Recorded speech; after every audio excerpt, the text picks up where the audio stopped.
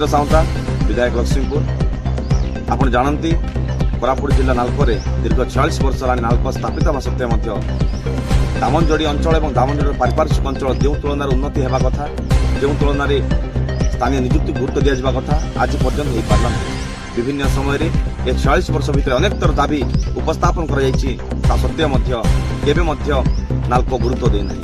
ଏହି ପରିପ୍ରେକ୍ଷୀରେ ନାଲକୋର ଯେଉଁ ବୈମାତୃକ ମନୋଭାବ ତଥା ସ୍ଥାନୀୟ ଶିକ୍ଷିତ ଯୁବକ ଯୁବତୀଙ୍କୁ ଯୋଗ୍ୟତା ଭିତ୍ତିକ ନିଯୁକ୍ତି ନ ଦେବା, ପ୍ରଭାବିତ ଅଞ୍ଚଳରେ CSR କାମ ନ କରିବା ଏବଂ ଡେଙ୍ଗାଦାନିଗୁଡ଼ା ଗାଁ ଭଳି ସମ୍ପୂର୍ଣ୍ଣ ପ୍ରଭାବିତ ଗ୍ରାମକୁ LDPର ମାନ୍ୟତା ନ ଦେବା ଏବଂ ଦୀର୍ଘ ଦିନରୁ RPDS ମିଟିଂ ନ କରିବା, ଏଭଳି ବିଭିନ୍ନ ସମସ୍ୟାକୁ ନେଇ ନାଲକୋ ପ୍ରଭାବିତ ଅଞ୍ଚଳବାସୀଙ୍କ ନ୍ୟାୟ ପାଇଁ ଲଢ଼େଇର ଆହ୍ୱାନ ଦେଇଛି ଜିଲ୍ଲା କଂଗ୍ରେସ କମିଟି।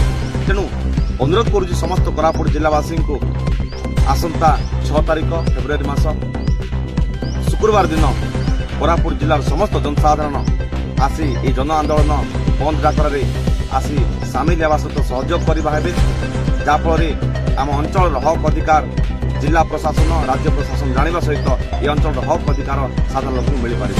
ତେଣୁ ସମସ୍ତଙ୍କୁ ଅନୁରୋଧ କରୁଛି ଏ କାର୍ଯ୍ୟକ୍ରମକୁ ଆସନ୍ତୁ ଏବଂ ଏ କାର୍ଯ୍ୟକ୍ରମକୁ ସାଫଲ୍ୟ ମଣ୍ଡିତ କରନ୍ତୁ।